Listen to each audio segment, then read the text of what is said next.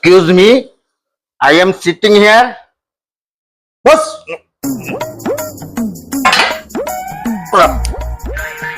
Excuse me. চুপ।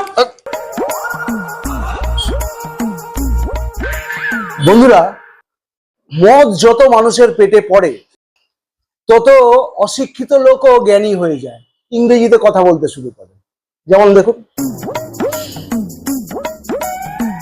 তাই বন্ধুরা আপনাদেরকে আমি বলবো, আপনারাও যদি জ্ঞান বৃদ্ধি করতে চান তাহলে মদ খান এবং জ্ঞান বৃদ্ধি করুন।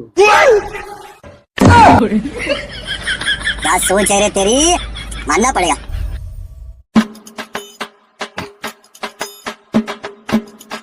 Excuse me, I am sitting here. Boss.